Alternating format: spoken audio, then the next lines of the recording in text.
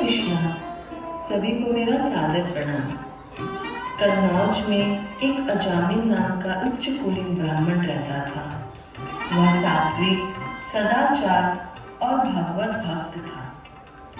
श्रीमन्नारायण नारायण हरि हरि, श्रीमन्नारायण नारायण हरि हरि, गोविंद नारायण नारायण हरि हरि। एक बार वन में जाते हुए अजामिल एक गणिका को एक पुरुष के साथ देख लिया। यह देखकर अजामिल का मन उस गणिका में आसक्त हो गया। अजामिल ने अपने माता पिता व पत्नी का त्याग करके उस गणिका के साथ विवाह कर लिया। अपने जीवन यापन के लिए अजामिल अधर्म कर्म जैसे चोरी, डकैती, हत्या इत्यादि में लिप्त हो गया। एक बार गांव में कुछ ऋषि मुनि पधारे। उन्होंने गांव वालों से पूछा, क्या इस गांव में कोई उच्च कुलीन ब्राह्मण है जिसके घर में हम भोजन व विश्राम कर सके? बिल्कुल ऋषि महाराज, हमारे गांव में सबसे श्रेष्ठ ब्राह्मण अजामिल है। वह सदाचारी व भगवत भक्त है। वह इतना श्रेष्ठ भक्त है कि गांव के बाहर रहता है। प्रणाम ऋषिवर। प्रणाम ऋषिवर। हे शिष्ट ब्राह्मण अजामिल, हम तुम्हारे घर भोजन व विश्राम की आशा में आए हैं। हे ऋषि, आज मैं धन्य हो गया जो आप जैसे श्रेष्ठ ऋषिगण मुझ पतित की कुटिया में पधारे हैं। मेरा अहोभाग्य जो मैं आपका अतिथि रूप में स्वीकार कर पाऊं। अरे अजामिल, तुम ऐसे वचन क्यों बोल रहे हो? ऋषिवर, दुर्भाग्यवश में एक नीच व्यक्ति हूँ जिसने एक गणिका से विवाह किया है और जीवन यापन के लिए चोरी, डकैती, हत्या जैसे जघन्य पाप करता हूँ। मैं अपने पापों की कमाई से आपका आतिथ्य नहीं कर सकता। अजामिल के करुणापूर्वक वचन सुनकर ऋषिगण को दया आ गई। हे अजामिल, अब हम तुम्हारे घर भोजन व विश्राम तो नहीं कर सकते, परंतु तुम्हारे जीवन में सुधार लाने के लिए एक सलाह देते हैं। शीघ्र ही तुम्हारे घर एक बालक का जन्म होने वाला है। तुम उस बालक का नाम नारायण रखना। शीघ्र ही अजामिल के घर एक पुत्र का जन्म होता है जिसका नाम नारायण रखा जाता है। अजामिल अपने पुत्र नारायण से अत्यधिक प्रेम करने लगता है। वह दिन रात अपने पुत्र को नारायण नारायण कहकर पुकारता रहता है। इस प्रकार अजामिल के मुख से कई बार नारायण शब्द का उच्चारण होता रहता है। कई वर्ष उपरांत अजामिल बूढ़ा हो जाता है। एक दिन उसका अंत समय आता है। तब अजामिल के सम्मुख यम के दूत प्रकट होते हैं। वे उसके प्राणों को हरने लगते हैं। अजामिल उनको देखकर अत्यधिक भयभीत हो जाता है।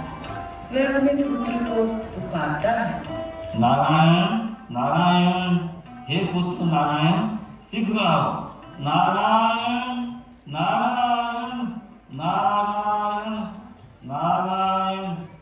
जो ही अजामिल ने अंत समय नारायण का उच्चारण किया, तुरंत ही भगवान श्री विष्णु के दूत प्रकट हुए।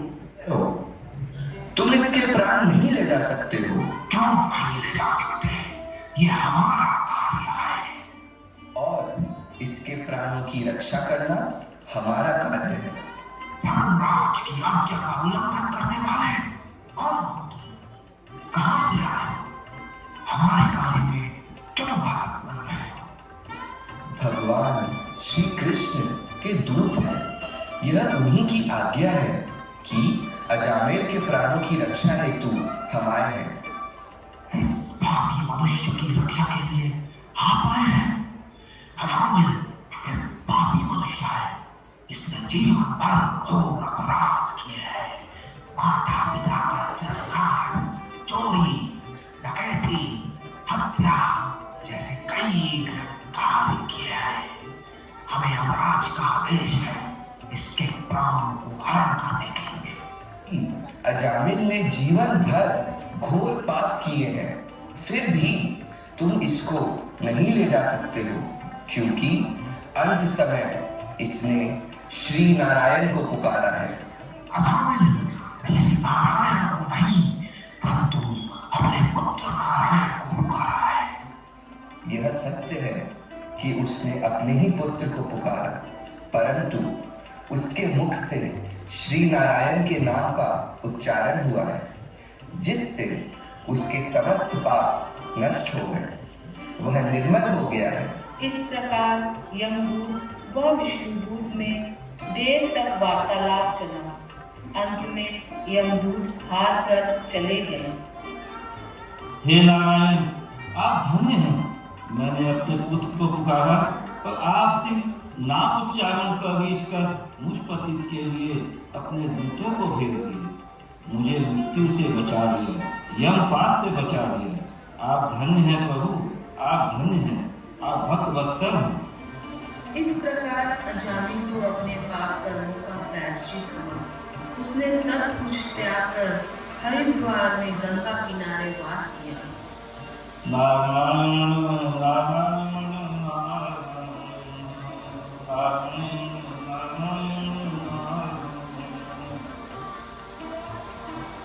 हरे कृष्णा कृष्ण कृष्ण हरे हरे, हरे राम राम राम हरे।